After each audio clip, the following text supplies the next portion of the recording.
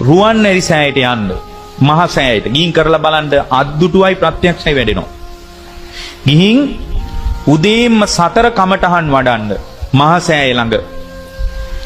වඩලා ජීවිතේ පූජා කරන්න බුදුරජාණන් වහන්සේට පාදම හරිය නලල තියලා බුදුරජාණන් වහන්සේට ජීවිතේ පූජා කරන්න පාන්දරම එලකිරි වලින් එලකිරි ටිකක් හොයාගෙන පිරිසුදුව ඒක හොඳට පෙරලා අරගෙන පින්වත්නි කෙලෙස් සහිත කාටවත් ඉඳුල් කරන්න දෙන්නේ නැතුව ඒ එලකිරි වලින් කිරිහාර ලොකු පාත්‍රයක් අදලා පාන්දර 5:06 අතර කාලේ මහසෑයට පූජා කරන්න ජීවමාන සංඥාවෙන් ලොකු පැන් පාත්‍රයක් පූජා කරන්න උණු පැන් පාත්‍රයකුත් පූජා කරන්න 5:06 අතර.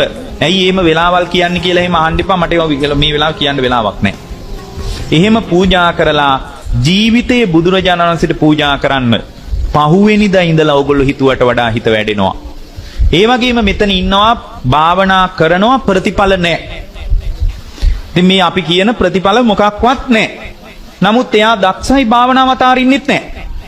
ඒ මට්ටම නම් තියෙන්නේ ඒගොල්ලොත් මේක කරන්න. වෙලාවක් හදාගෙන ගිහින් මේ වැඩේ කරන්න.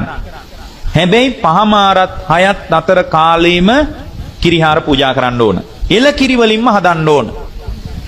ඊට පස්සේ කිරිහාර ටික ඔක්කොම පූජා කරලා ඉවර වෙනකන් මැස්සෙකුටවත් ඉඳුල් කරන්න දෙන්න එපා. භාග්‍යවතුන් වහන්සේගේ බුද්ධ ආසනයට යනකන් මැස්සෙකුට භාජන ටික දැන් දානේ හදන භාජනේ තියෙන්නේ. ඒ ටිකත් බෑග් එකකට දාලා සීල් කරන්න.